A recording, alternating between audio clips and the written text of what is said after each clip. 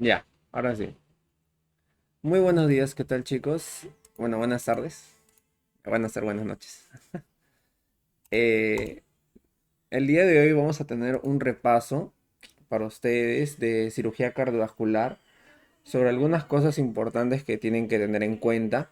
Igual también soy consciente de que todos los exámenes de cirugía cardiotorácica, al menos de los que yo conocía, el coordinador, la verdad no sé si es el coordinador, pero un doctor de todos los doctores con los cuales van a rotar todos sus compañeros, eh, uno les da como que un resumen un día antes del examen, ¿no?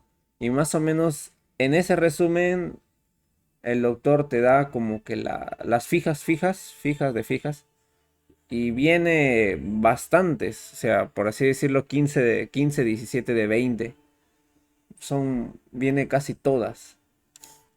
Así que también les recomendaría que revisen eso, porque así también como yo también hice mi propia recopilación de las preguntas que el doctor me dijo en ese repaso. Y usualmente lo suelo aglomerar todo, pero hay algunas cosas que siento que igual se mantienen, ¿no? Por ejemplo, este es el examen que yo había recopilado de 2025-2. Tienen acá cositas que entender y vamos a ir poco a poco con algunos temas. Por ejemplo, el número 2. Por ejemplo, el número está acá este. Y había otro más, pero ya.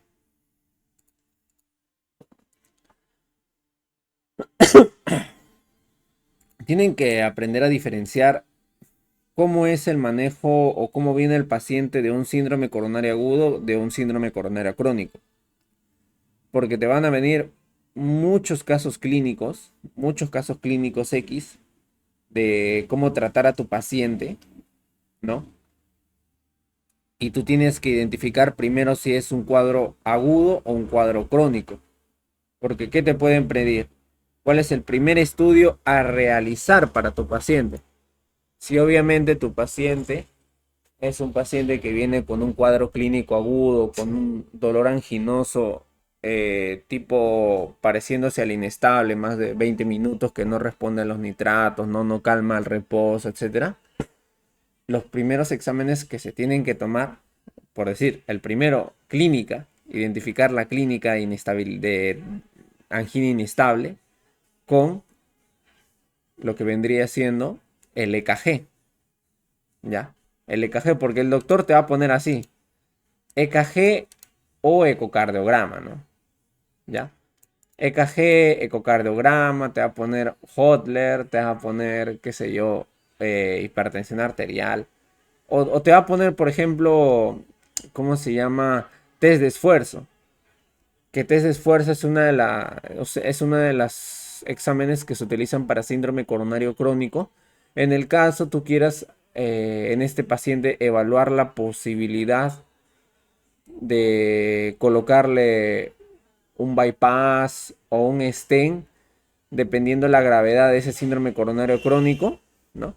Para ver qué tan calcificadas están sus arterias, qué tan obstruidas, el grado de obstrucción que tienen, etcétera.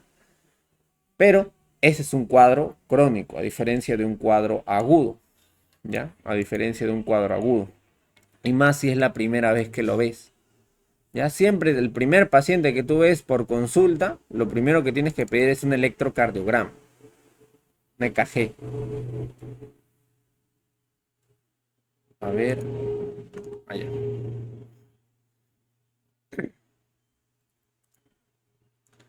¿Qué otra cosa? Necesitan saber como este cuadrito.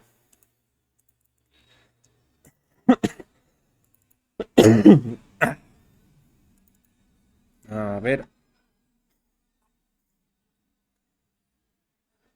este cuadrito diría que es el más importante. O sea, cuando tú te vas por un stent y cuando tú te vas por un bypass, en caso de un síndrome coronario crónico. Porque cuando tú estás hablando de un síndrome coronario crónico, tú tienes tiempo a elegir entre un stent o un bypass. Aquí es claro la diferenciación. Paciente que tenga una obstrucción en la arteria coronaria izquierda, más del 50% de obstrucción, la arteria descendente anterior, más del 70%, que sea diabético, que tenga otras complicaciones, porque diabético de frente tiene que irse a cirugía bypass. Y a eso te lo va a recalcar el doctor como 5 veces. Diabético se va a bypass. Ya. Acá porque el paciente tiene las arterias calcificadas, colocarle un stent puede ser peligroso porque puedes romper la arteria y puedes generar una hemorragia, ¿no? O tener o tres más vasos, ya. Mejor se hace un bypass. Tenemos bastantes alternativas, por decir. Bueno, en general son solo dos. Hay algunas referencias que hacen vasos abdominales, pero no se aplica acá. La vena safena o la mamaria interna, ¿no? Entre vena o arteria, ¿cuál vas a escoger? La arteria, porque la arteria tiene menos porcentaje de recurrencias o de recidivas de que se termine rompiendo este vaso y tengas que cambiarlo por otro más, ¿no? Y el stent, pues bueno, ya si es que no tiene ninguno de estos criterios, colocas un stent en síndrome coronario crónico, que esto no aplica para un síndrome coronario agudo. Eso acuérdense, chicos. En un síndrome coronario agudo, primero que le pides, clínica, EKG, y después lo que vas a hacer en lo que vas evaluando, ¿no? Porque a veces te va a salir un ST no elevado, ahí sí te va, pídele un poquito de troponina, ¿no? Porque a veces dicen esa triada de, ¿cómo se llama? Clínica, EKG más troponinas, que en realidad son las primeras dos, porque las troponinas, imagínate, tú las pides después de 6 horas, porque las troponinas salen después de 6 horas. Tú vas a esperar 6 horas de que salgan las troponinas y en esas 6 horas no le voy a hacer un tratamiento o un intervencionismo coronario a ese paciente que tiene un síndrome coronario agudo con ST elevado.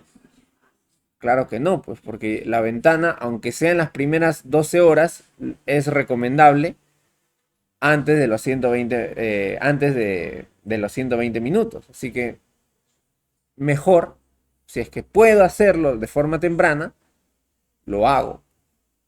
Ya, a eso es donde lo voy. Por eso es que lo que vendría siendo las troponinas, o sea, entre como un criterio así bien necesario para poder tratar al paciente, en realidad no.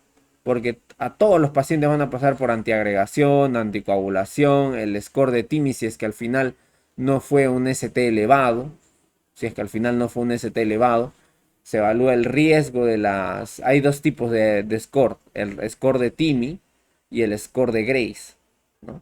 Que esto te van a preguntar más en terapéutica médica que acá, ¿no? Lo que necesitas saber es solo era cuándo, qué tipo de operaciones yo le doy al síndrome coronario agudo.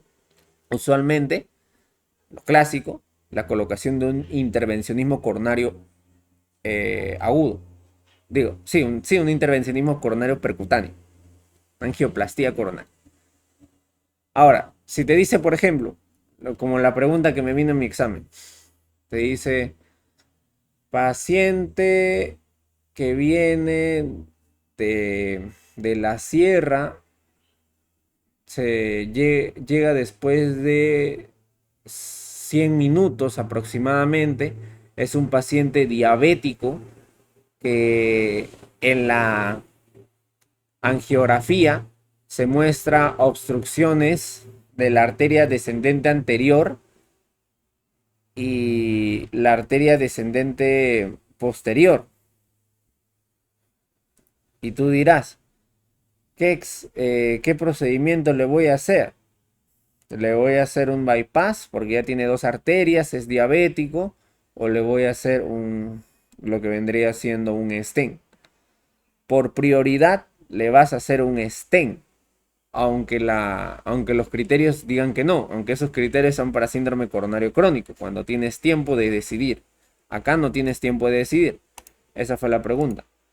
De mujer, 79 años con dolor intenso. A ver, ¿dónde está? Sí.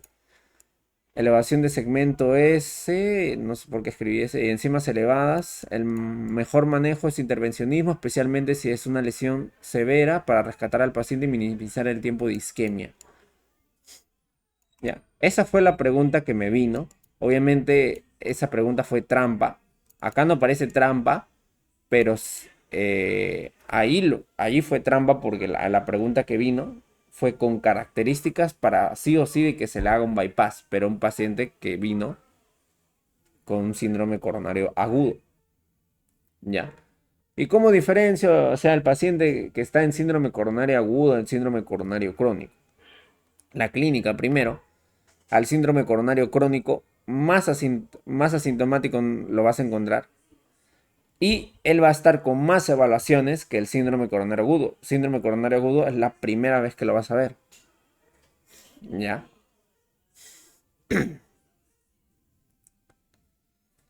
A ver, ¿qué otra cosita? Esa es una. De acá, lo otro sería valvulopatías.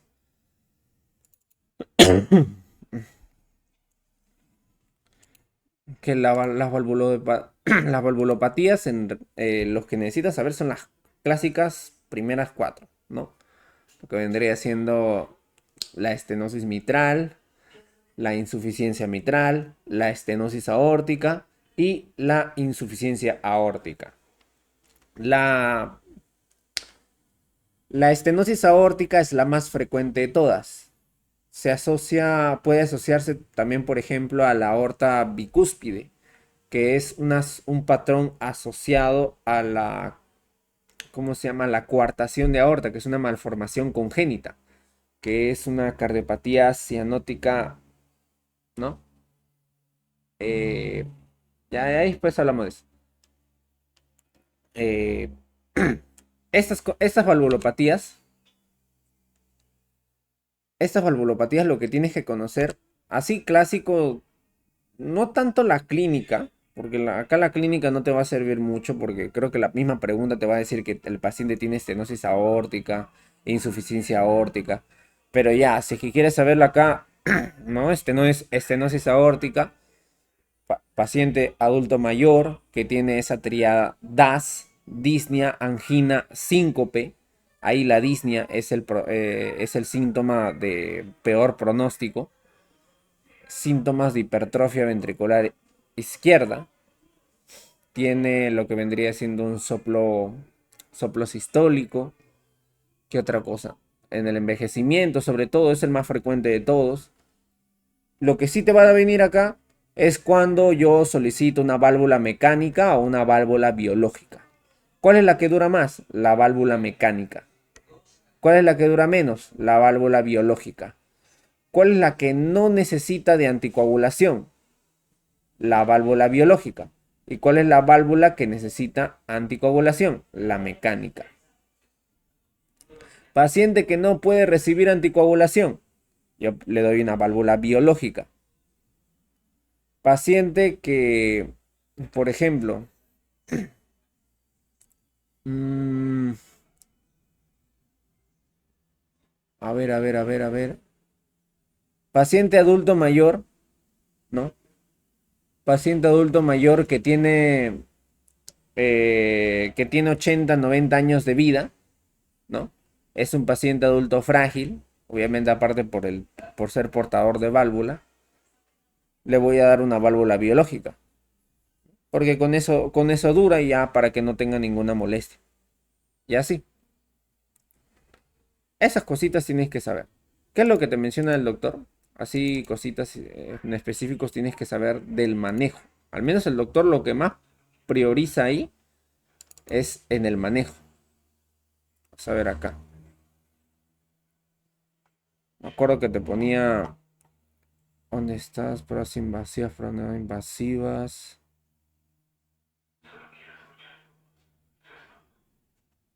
Acá te ponían por ahí. En esperanza de vida larga se prefiere la. Ah, ya, ya.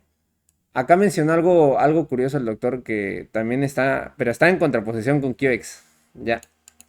En esperanza de vida larga se prefiere la mecánica, pero limita la actividad. que lo justifica con la condición de que el paciente, como ya es adulto mayor frágil, no va a moverse, así que igualmente le ponen la mecánica. Ya. O, por ejemplo, el doctor pone otro ejemplo, el deportista depende de su trabajo, ¿no? Que depende de su trabajo. Y la mecánica usualmente hacer controles con warfarina, ¿no? Prefiere la biológica, ¿no? Una embarazada que no se puede utilizar warfarina, usualmente se utiliza enoxaparina, pero no sería el caso para un portador de válvula, se le da un biológico, ¿ya? Yo lo que les recomiendo es que utilicen aunque sea estas de acá, las que al menos son clase 1C, ¿ya? De las de 1C, porque no sé si ya han visto la clase del doctor, la clase del doctor es muy extensa, la mía duró como 3 horas. Así que estas cositas que le tomé captura fueron las más importantes, ¿ya? También al final te recalco, la indicación de válvulas no es absoluta, se recomienda, ¿ya? Así que más guíense de ese librito, de estas cositas para ver prótesis biológicas o mecánicas, pero de esos tips que les mencioné, ya esos tómenlo en cuenta. ¿Qué otra cosa? ¿Cuándo operar una valvulopatía? Si es, ya, si es asintomático, no lo vas a operar. Pero ¿cuándo lo vas a operar? Cuando es grave y altamente sintomático. Porque hay, como se llama, grados de la estenosis, hay grados de la insuficiencia. Y nosotros, por ejemplo, el que más recalca el doctor es en la de la estenosis aórtica porque es la más frecuente. No sé si acá está. Valores de indicación para una operación de una estenosis aórtica, obviamente cuando es grave, tiene que ser mayor a 4 metros por segundo, ¿no? Y la diferencia de presión media tiene que ser más de 40 milímetros de mercurio. Que esto es importante, ¿no? Para que se realice una indicación de una prótesis valvular. Las demás también tienen sus definiciones para que sea severa o grave, ¿no? Las demás tienen sus mismas indicaciones. Estas cositas de acá al doctor le gusta preguntar, ¿ya? Si van a ver ahorita en cualquiera de esos banqueos, el doctor agrega estas preguntas. Y la que más frecuentemente ha preguntado es la estenosis aórtica. La estenosis aórtica es la que más ha preguntado. Y obviamente que ¿cuándo indicar tal válvula, ¿no? ¿Cuándo indicar tal válvula? Así que así en resumen entonces, mecánica es la que necesita anticoagulación. Si el paciente no tolera la anticoagulación, quiere trabajar, ya, considera darle una biológica. Si es que no puede recibir anticoagulación porque es embarazada, ya dale una biológica, ¿no? O, por ejemplo, no sé si lo puse acá, ya. Si es deportista, depende de su trabajo, le deja su biológica. Mecánica, ya, mecánica, te puse el ejemplo, que cuando tiene una esperanza de vida larga, ya el paciente va a estar, ¿cómo se llama? Recostado en el hospital, haciéndose monitoreos constantemente. Ya, perfecto para que igualmente de paso llega para su anticoagulación, ¿no? Le colocas una mecánica. Pero si es un viejito igual tiene 70, 80 años, pero tiene alta actividad, no le vas a limitar su actividad. Ya ahí le puedes dar una biológica. Va a depender, ¿no? De cómo te ponga el caso clínico. ¿Ya? Va a depender de cómo te ponga el caso clínico. ¿Qué otra cosa? Esas son las dos fijas clásicas que te vienen en valvulopatías. y el otro que es síndrome coronario agudo y síndrome coronario crónico, que el doctor hizo un resumen de todo eso en 3 4 horas, no me acuerdo.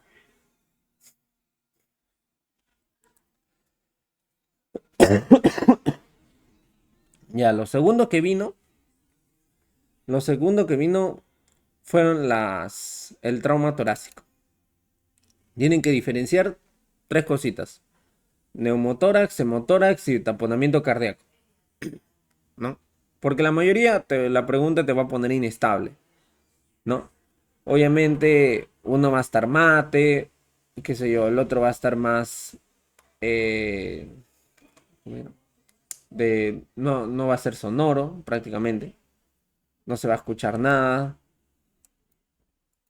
Lo que tienen que diferenciar acá es el tratamiento, ¿ya? En caso de lo que les estaba mencionando, acá hay tres tipos: cerrado, abierto y atención. El más peligroso es de la válvula unidireccional, que es atención, que cuando yo inflo, o sea, inspiro, se abre, pero cuando quiero botar, se cierra. Esa es la clase. En inestabilidad, yo de frente lo de frente que voy a hacer es una aguja de descompresión torácica. La aguja en el segundo espacio intercostal, línea media clavicular.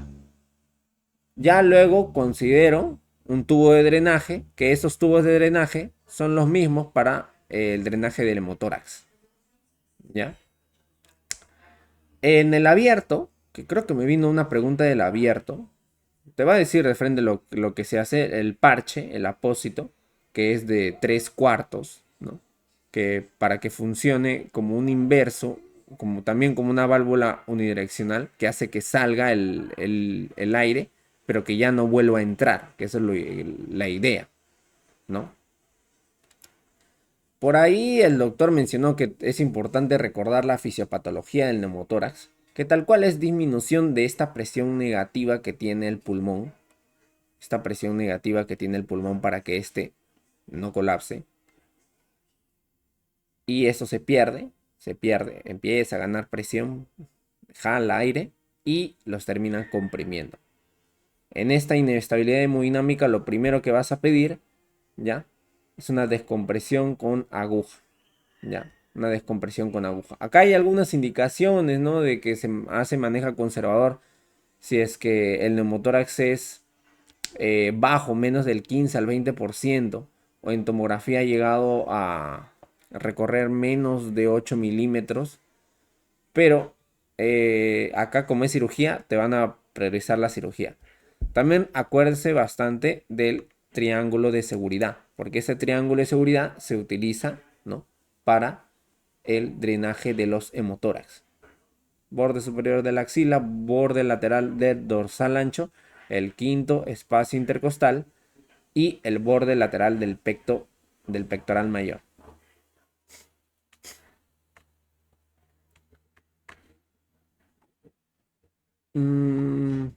De acá del hemotórax, lo que tienes que saber es: paciente así inestable, tú tienes que hacerle su descompresión de forma inmediata. Lo que vas a hacer, lo que vas a percutir: matidez, su colapso yugular, su evolución de los murmullos vesiculares, ¿no?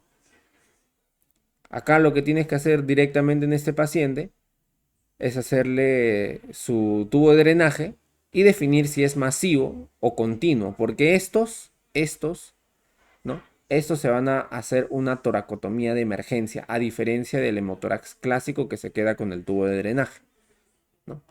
Es porque la clásica es, ¿no?, quinto espacio intercostal, línea axilar media, toracostomía, ¿no? Hay dos situaciones que se requiere una toracotomía abierta. Son estas: hemotórax masivo y hemotórax continuo.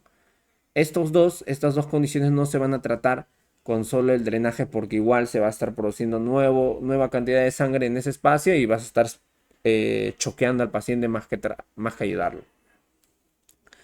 Así que tienes que entrar y tienes que cerrar los vasos y todo eso. Eso es importante que aprendas a definirlo, porque sí ha preguntado en examen. El taponamiento cardíaco lo mencionaron, pero no llegaron a preguntarlo en mi examen. ¿Qué me preguntaron en banqueos? Me acuerdo de la triada de Deck. La triada de Deck y su manejo.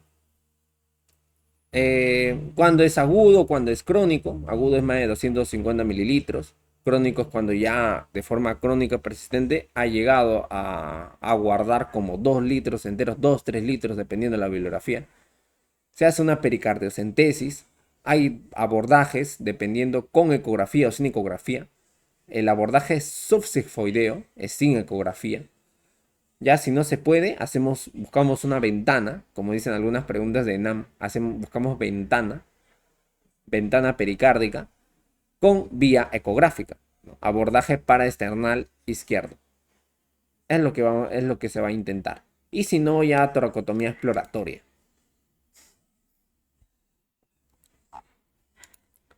Esas preguntas en realidad eran sencillas de trauma torácico, porque de acá no viene otra cosa.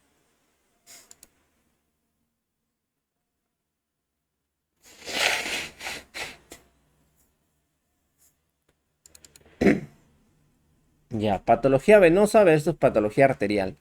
Vino patología arterial, pero específicamente para que la diferenciaras de la patología venosa. Y en el repaso que les había hecho la vez pasada, ya considero bastante ahí más resumido cómo ustedes tenían que diferenciar las patologías venosas de las arteriales. Así que voy a pasar directamente a las preguntas, ¿no? El doctor, en realidad, la clase de insuficiencia venosa no me agradó, fue muy resumida, de hecho la hizo en 15 minutos, si mal no recuerdo, y dijo lo que iba a preguntar, entre comillas, porque no dijo que iba a ser fija, dijo acuérdense de esto, acuérdense de esto. Cosas así como, por ejemplo, la insuficiencia venosa periférica tenemos insuficiencia venosa superficial, insuficiencia venosa profunda. Te preguntan, ¿cuál es la mayor la profunda, la superficial carga con mayor capacidad de retorno venoso? ¿Cuál de las dos? Es la profunda. En miembros superiores es la superficial en el 90%. En miembros inferiores es la profunda en el 90%. Por eso, por esa razón es que la safenectomía solo se hace en las venas superficiales. Porque si tú sacas una vena profunda, pues ya no le vas a quitar un gran gasto cardíaco al corazón y te vas a quedar mal parado. Va a ser una mala cirugía. No se recomienda la safenectomía en venas profundas. Está contraindicado. Solo en venas superficiales. Y primero siempre es el manejo médico. Sobre todo con las medias compresivas. Que dependiendo la compresión de la media, cada media tiene su propia razón de ser. El paciente te va a venir con factores de riesgo, ¿no? Usualmente en la insuficiencia venosa periférica la clínica es con edema bilateral, pacientes comórbidos, obesidad, embarazo, sedentarismo, edad más de 50 años, ¿no? Lo clásico. ¿Qué otra cosa te va a venir? Si es que te dice, como así me vino la pregunta, si es que el paciente notas que su pie unilateral se está tornando pálido, se le está bajando el pulso, primero que piensas, haya insuficiencia arterial, ¿no? Insuficiencia arterial. ¿Qué tengo que pedir? Una ecografía Doppler. ¿Listo? Para ver si hay pulso o no hay pulso. Porque puedes palpar, ¿no? Pero como ha venido por un contexto de insuficiencia venosa, tienes que asegurarte, ¿no? Y esa fue una pregunta. Te pregunta el doctor cuáles son las maniobras para venas superficiales y cuáles son para profundas. Aquí el doctor está en desacuerdo de nuevo con QX. Es otro doctor. El doctor dice que Peter solo es para profunda. Así lo dijo en su clase. Pero en realidad, como menciona QX, profundo y las venas comunicantes. Y la de Schwartz, las superficiales. Acuérdense en realidad estas cuatro. Pero el doctor en sus PPT van a ver que solo ha mencionado Schwartz. Lo mencionó y Peter va a estar por ahí. El tratamiento, como les dije, elevación de piernas, ejercicio, elastopresión. Ya cuando tenemos definida la obstrucción, es una obstrucción marcada, En superficial se puede operar. Primero vamos a ver ablación térmica, escleroterapia o una incisión quirúrgica, una safenectomía. ¿Ya? Si sobre todo es en la superficial. Si es en la profunda, dependiendo la complicación que se tenga, sobre todo una trombosis, vamos a pasar a una anticoagulación. Hay anticoagulación para venas superficiales, para venas profundas igualmente. La anticoagulación para venas profundas es la que más se acuerdan ustedes, ¿no? La anticoagulación de 3 a 6 meses. La anticoagulación de venas superficiales hasta 6 semanas. Eso lo habrán revisado por ahí. Eso les pregunta. De ahí no creo, de ahí nada más han preguntado porque el doctor, de hecho no creo que nadie, no hay una clase así como tal de patología arterial. O yo cuando estudié directamente no había una teoría directa de toda patología arterial, de disección de aorta, de, ¿cómo se llama? Enfermedad arterial isquémica. No había una como tal. Pero sí acuérdense, o sea, lo básico, ¿no? Cuáles son los estadios, ¿no? La clasificación de Fontaine, la claudicación, es de 2A a más de 2 metros, a menos de 2 metros, el dolor en reposo, ya la presencia de necrosis. Así cositas importantes, acuérdense nomás.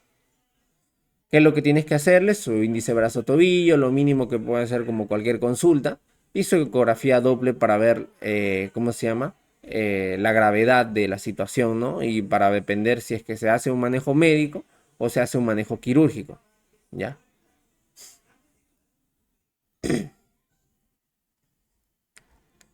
De acá, ¿qué otra cosa?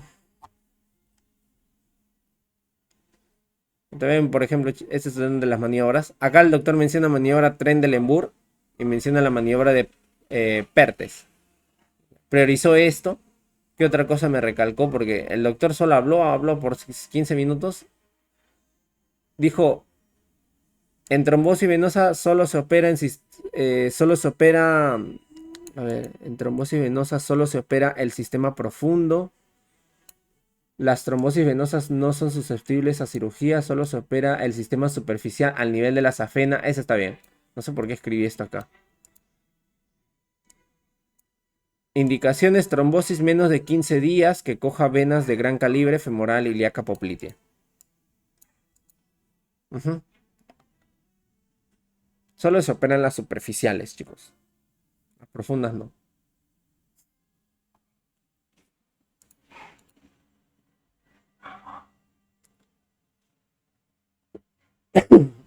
¿Qué otra cosa importante? Por ejemplo, también tuvieron su clase de absceso pulmonar y tuberculosis. Obviamente lo que más le van a preguntar de absceso pulmonar, recuerden que el absceso pulmonar es un tratamiento para manejo de anaerobios, ¿no? Ese absceso que va creciendo, ¿no? Y lo habrán visto por ahí en neumología, que hasta cierto tamaño, variante entre 6 a 7 centímetros, si supera eso, quirúrgico. Si es que no respondía al manejo médico en más de 3 meses, quirúrgico. Más o menos así eran las indicaciones, ¿no?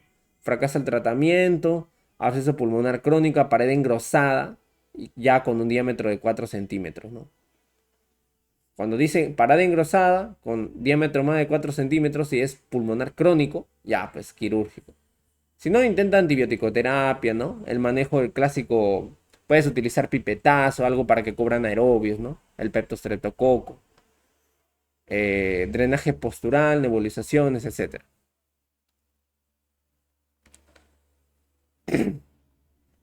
¿Qué otra cosa? Ah, ya. También hablaron un poco de riesgo quirúrgico. ¿Ya? Si el riesgo quirúrgico es bajo, ¿ya?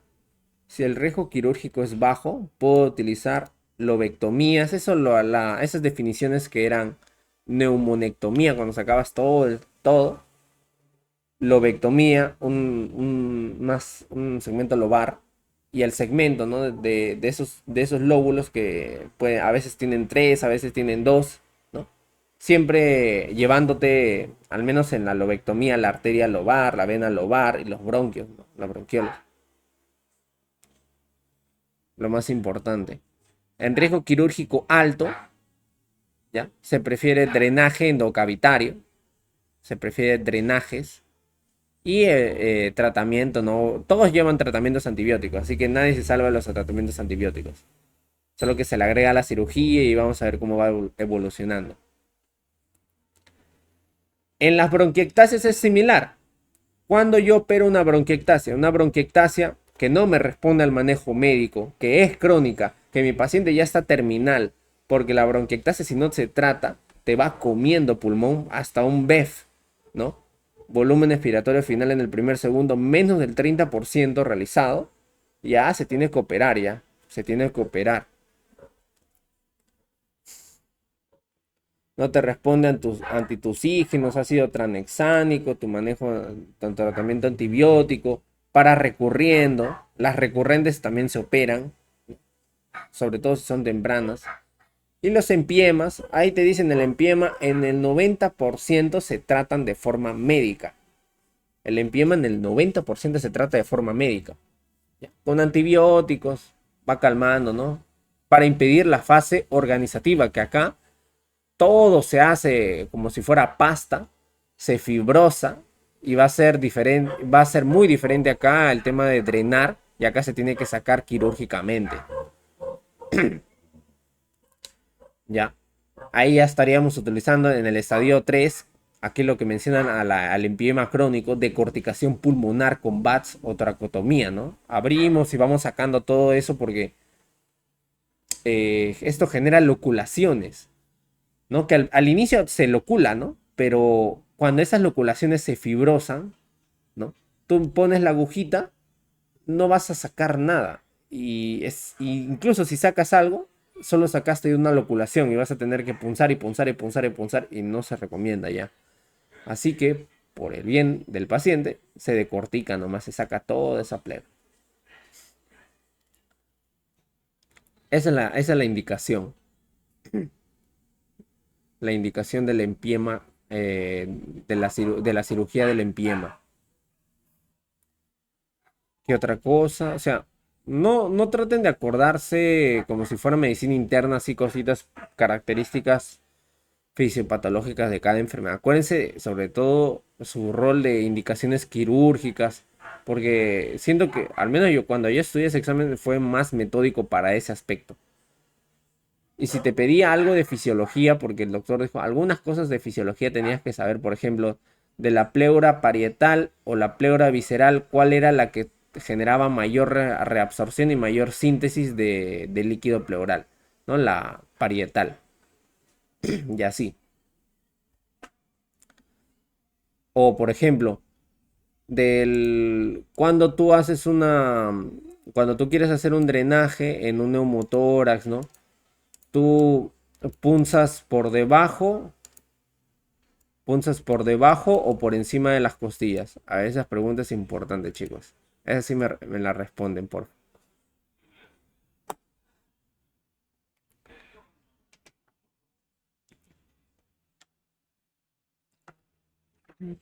En lo que voy tomando agua.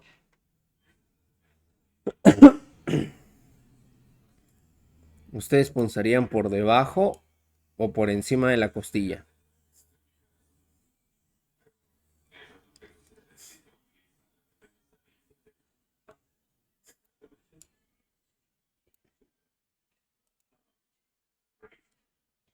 No puede ser. Ya bueno. Tienen que punzar por encima porque el van de las costillas está por debajo. Si punzas por abajo, vas a desangrar al paciente. Ya. Eso tienes que evitar. Y en la tuberculosis, ¿cuáles son las indicaciones para la cirugía de la tuberculosis? Complicaciones, hemoptisis, bronquiectasias, aspergiloma. ¿Qué es aspergiloma? Un aspergillus que se ha depositado en la caverna de la tuberculosis, se ha hecho un micetoma. Es un micetoma. Se deposita, ¿no? Ya es una indicación para una cirugía de una tuberculosis. Y obviamente también tuberculosis MDR, que tiene alta probabilidad al fallo del tratamiento. Alto riesgo de recaídas, perfil de resistencia, tuberculomas, más de 3 centímetros, etcétera. Todas estas son preguntas de examen, porque te dice cuáles son las indicaciones de una tuberculosis y te ponen cuál sí y cuál no es.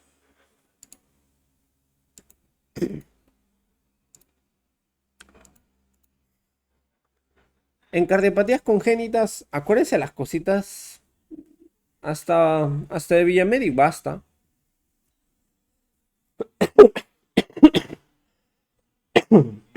Hasta de Villamedic basta, la verdad, porque eh,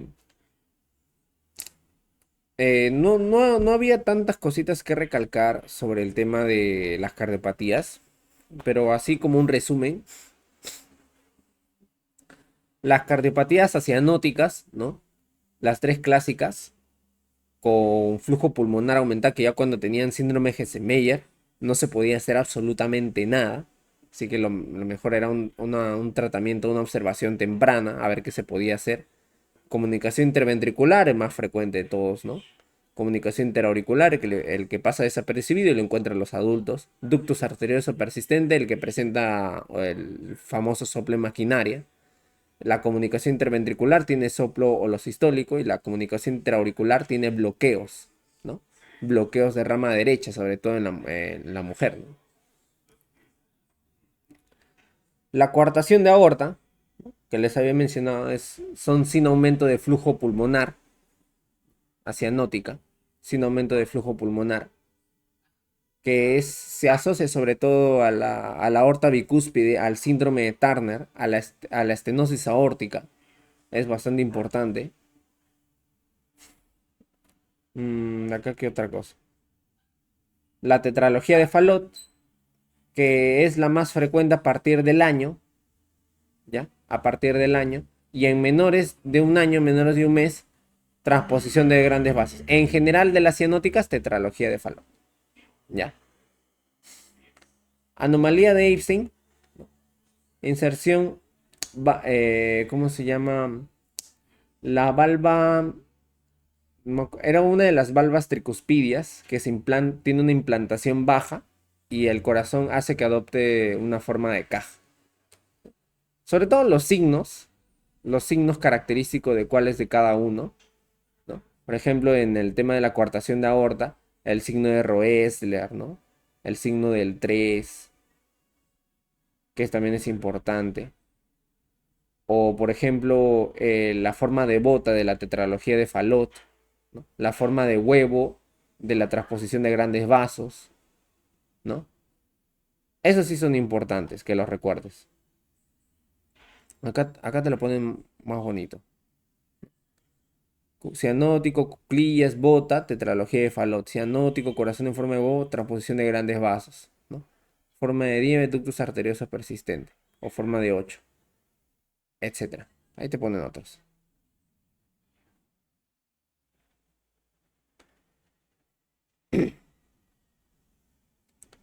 Eh, ¿Qué otra cosa? De tumores, de tumores, la doctora aclaró, a veces dijo que puede venir esto, que son ya, eso sí vino. O sea, para que tú tengas, para que tú puedas ser operado de una lobectomía o una neumonectomía, tienes que tener cierta cantidad de pulmón bueno para que puedas sobrevivir. Mayor a un BEF, mayor que 2 litros para una neumonectomía, sacamos la mitad. Mayor de 1,5 litros ya para una lobectomía, sacamos solo un segmento lobar, ¿no? Así. ¿Qué otra cosa? Lo que más te va a preguntar la doctora es el TNM. Y el último TNM no es este, es el TNM de la novena edición, la de 2025. El TNM de la novena edición justo lo acabo de descargar.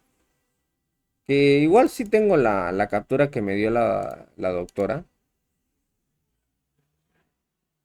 A ver, a ver.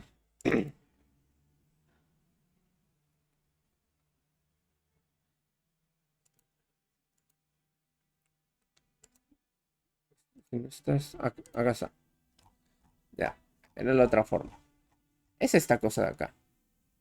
Esa es la novena clasificación o la actualización de las imágenes radiológicas de cáncer de pulmón. ¿Qué te van a preguntar acá? Te van a preguntar exactamente lo que dice acá. Te va a decir, ¿cuáles son tumores T3 excepto? Te va a decir un tumor de la pared torácica, un tumor del nervio frénico de vena ácigos y de raíces nerviosas torácicas. Y te va a decir de un tumor de pericardio. Tumor de pericardio. Yo me acuerdo que en mi examen vino un tumor de pericardio. Me acuerdo que vino una invasión del pericardio. No, acá yo puse, justo por eso lo aclaré. Acá la doctora aclara que la invasión al pericardio es T4, no T3. ¿Por qué lo aclaré? Porque el TNM no dice esto. Acá el TNM dice que la invasión al pericardio es T3. Por eso se me había hecho esta duda. ¿Ya? Pero la última actualización y con la cual pueden defenderse para el examen es este. Ya es la novena edición, porque no hay otra edición más actual, no hay décima edición de TNM de cáncer de pulmón. La doctora le va a dar la misma información que lo que está acá. Ya. Así que traten de estudiar esto, lo ideal para que sepan diferenciar cuál es T1, cuál es T2, cuál es T3, cuál es T4. ¿Ya? No eso de T1 Mi, T1A, T1B, T1C. Ya. Algo vagamente. Sobre todo pregunta T3 y T4. ¿Cuál es y cuál no es? Ya. Sobre todo pregunta eso. Y sé que es un poco engorroso. Más engorroso es lo siguiente. ¿No? Tenemos un total de 14 ganglios, ¿no? N1, cuando está entre ipsilateral de ganglios número 10 a 14, por ahí, ¿no? Ciliares, ipsilaterales, peribronquiales, intrapulmonares. Y los N2, cuando son mediastínicos o en la subcarina, ipsilaterales. Incluso si es que son múltiples, pero ipsilaterales. Ya cuando se pasan hacia el otro lado, o están supraclaviculares, son N3. Exactamente lo que dijo la doctora en clase. Acá está. Y metástasis, pues, ¿no? M1A, M1B y M1C. M1A cuando son nódulos pleurales o pericárdicos. M1B cuando son metástasis extratorácicas. Y ya M1C cuando son múltiples. Esto es lo más importante. Porque la doctora te va a decir, por ejemplo, te va a poner unas características que, por ejemplo, el paciente ya no tenía nada contralateral, pero sí tenía un ganglio en 10, ¿no? Ya pues era N1. Y era un T4, por ejemplo. Ya el paciente era operable. Nada más o menos hasta el N1 es operable. Ya lo demás N2 será quimio, ¿no? Ya si es metástasis, obviamente ya no se opera, inoperable, ¿no? Todo eso, lo de abajo, córtalo. Esto no se opera.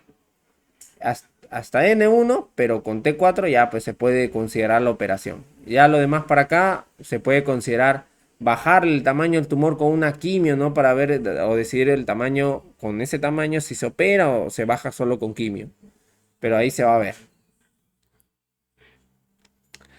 Eh, Eso siempre tienen que tomarlo en cuenta porque tú ves las características del tumor, la doctora te va a poner un caso clínico y ese caso clínico te va a decir, ese tumor es de más de 4 centímetros, ya más de 4 centímetros, o era de 5 centímetros, estaba en T1, en T2, en T3 o en T4. Y te va a decir cuántos ganglios es. Y te va a decir, no hay metástasis. Ya. Estaba en 2B, estaba en 3A, ya tú decides más o menos en ese examen todo esto. Sí fue engorroso, la verdad. Yo también en mi examen me tomé mi tiempo para hacer una regla para que pudiera acordarme en dónde estaba el 2B, el dónde estaba el 3A, el dónde estaba el 3B, el dónde estaba el 3C. Y más o menos me seguí la regla del TNM, pues, ¿no? Porque si ven acá, siguen como una siguen como una línea los 4A, 4B, los 3A, como que siguen como suben como escalones y luego se pasan al final, suben como escalones. Así más o menos traté realmente de acordarme porque en realidad era difícil. Pero esto la doctora te va a poner, es 1B, es 2B, es 3A o es 3B y tú tienes que marcar. Así que eso es la pregunta, yo considero que de las preguntas más difíciles que te puede venir. Y sí ha venido, así que tomen sus precauciones.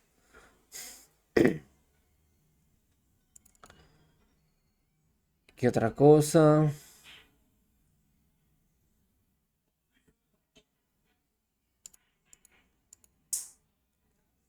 A ver, ya hablamos de absceso, de TBC pulmonar, cardiopatía isquémica, valvulopatías. Ya hablamos de patología venosa y arterial, trauma torácico. Les mencioné las fijas que quería mencionarles, la tetralogía de Fallot. Ah, ya, mira, acá viendo. Paciente con traumatismo torácico penetrante que se coloca un tubo de drenaje torácica extrayendo 1800. 1800. Voy a poner solo un tubito, es pneumotórax masivo.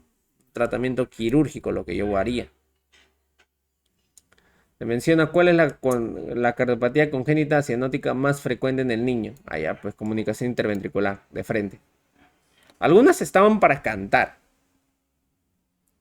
Otras como ese del estadio 3, ahí sí, yo me acuerdo que sí estuvimos reclamando. Porque lo que dice el TNM es otra cosa, pues, ¿no?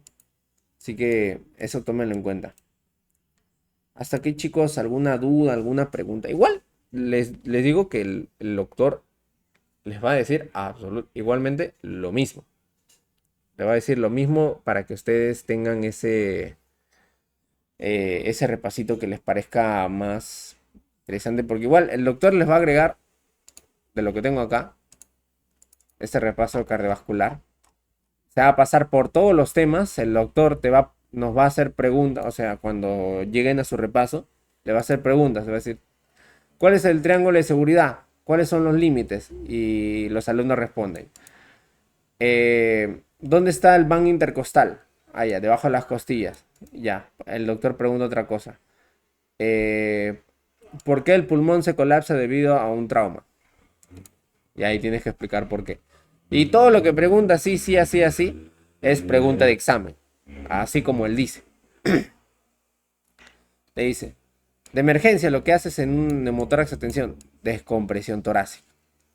Tratamiento de motoras masivo, una cirugía a diferencia de un tubo de drenaje. Así sucesivamente.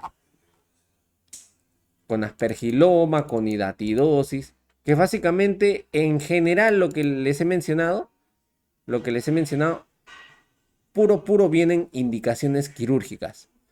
Así cositas que el doctor mencionó aparte, el signo de Monod, un signo radiológico, pero son así específicos, o el test de inmunodifusión para el diagnóstico de elección de aspergiloma, ¿no? Un poquito raros, en realidad, no se realiza el test de inmunodifusión de elección, pero el doctor te los menciona, así que hongos más frecuentes, ¿no?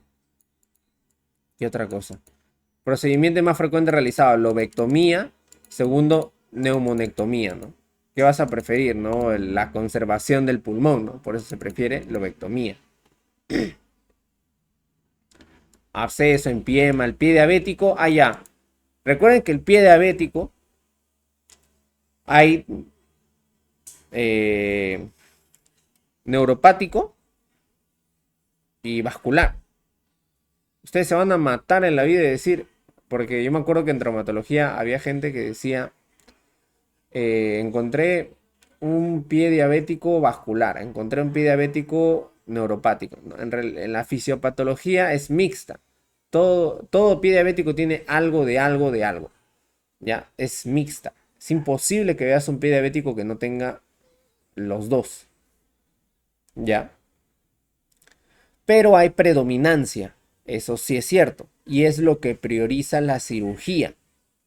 Lo primero que tienes que hacer en un pie diabético es visualizar con algún examen, ¿no? Con algún examen, dónde está la obstrucción, a partir de qué punto está la obstrucción. Arteriografía, como quieras mencionar. Pero tienes que identificar dónde está la obstrucción porque, como dijo el doctor Briseño, no me acuerdo si se llama Briseño, ¿no? Es más importante la regadera del jardín que el mismo jardinero, porque el agua, no, algo así era, ya me olvidé la verdad su moraleja, pero más importante a nivel agudo para que el paciente no pierda el pie, porque perder el pie en realidad es perder años de vida, eh, es ver cuál es la gravedad del nivel vascular. Ya te preocupas después del tratamiento antibiótico por el nivel neuropático que tiene, todo el destrozo del pie de Charcot que ha tenido, las características que también tienes que saber. Ya ahí vas a ver el tratamiento antibiótico prolongado, ¿no? Dependiendo si ha tenido osteomelitis, 6 u 8 semanas, ¿no? Eso tienes que saber. Pero nada más allá que tratamiento de medicina interna. Así que no te van a preguntar del tratamiento antibiótico, ¿no? ¿Ya? Así que no es necesario eso tampoco. Igual solo lo menciono para que conozcan algo de cada tema. Ah, te dicen, ¿cuál es el tumor más frecuente maligno, no? El maligno es el de los tumores no microcíticos, ¿no? Adenocarcinoma, el más frecuente. ¿Qué otra cosa? Eh, Acá las mismas características se mencionan. Coartación de aorta, comunicación interventricular, ductus arterioso persistente, la clasificación según flujo pulmonar. Como le digo, las preguntas de cardiopatías congénitas en sí son muy sencillas. Revisen el banqueo y van a ver que están muy sencillas. En patología venosa, lo que les dije, va a venir sobre todo los exámenes. Los exámenes son lo que más que tienes que priorizar ahí. ¿Cuál es Pemberton? ¿Cuál es Trendelenburg? ¿No? ¿Cuál es Schwartz? ¿Para qué tipo de venas está visualizando? ¿No? Sus factores de riesgo, cuando yo hago el diagnóstico, ¿no? El tratamiento general, porque la mayoría, en el 90%, son tratamientos con úlceras que regresionan. El tratamiento de manejo es conservador. Cuando es quirúrgico, cuando no te responde, no hay safenectomía, ¿no? ¿Ya? Demuestra mejor resultado de la terapia láser. Solo se opera sistema superficial. Solo se opera sistema superficial. Indicaciones cuando hay trombosis menos de 15 días, que se cojan venas de gran calibre, ¿no? Se puede optar, ¿no? Trombosis venosa superficial. Trombosis venosa profunda, tratamiento anticoagulación. Características, ¿no? Signos de trombosis venosa profunda. Además, súbito en miembros inferiores, factores de riesgo, ¿no? El paciente que está con cáncer activo, el paciente que ha operado de la cadera, ¿no? A postración, que tienen viaje de 3 días, ¿no? Etcétera. Y tú ves el riesgo para evitar de que genere una trombosis, tromboembolismo pulmonar, ¿no? Que ese es un cuadro agudo y ya eso no es cosa de cirugía, ¿no? Valvulopatías.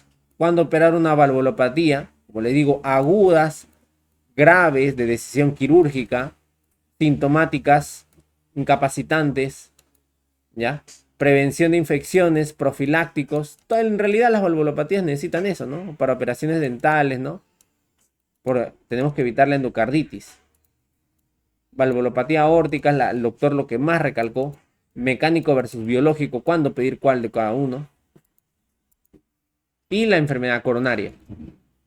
¿Ya? Aquí, olviden de que acá existe el bypass en síndrome coronario agudo. ¿Ya? Si es que el paciente llega bastante temprano, o llega, mejor dicho, muy temprano, y tiene todas esas condiciones de ser un paciente para bypass, igual le vas a poner un stent por prioridad.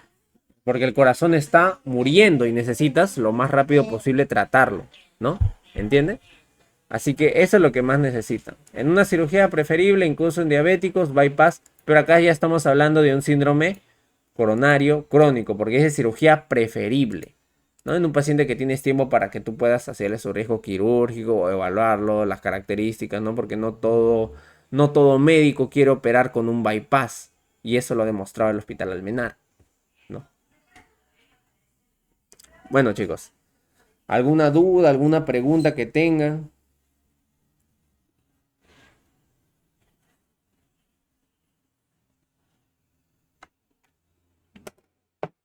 ¿Todo bien, todo claro?